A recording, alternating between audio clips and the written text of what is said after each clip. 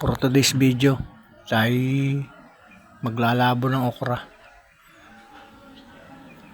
Nilagyan ko ng bawang. Samahan na natin ng dahon ng malunggay. Atin yung pakuluin ng konti hanggang sa maluto. Nilagyan ko lang ng bawang. Antayin natin kumulo. Eri ulam na pang probinsya. Healthy gulay ho are. Ito ay magaling sa matataas ang kolesterol.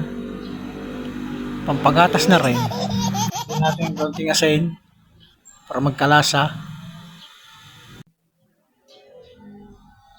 Kaunting betsin. Siya, patalo na. Ulam na. Kain na.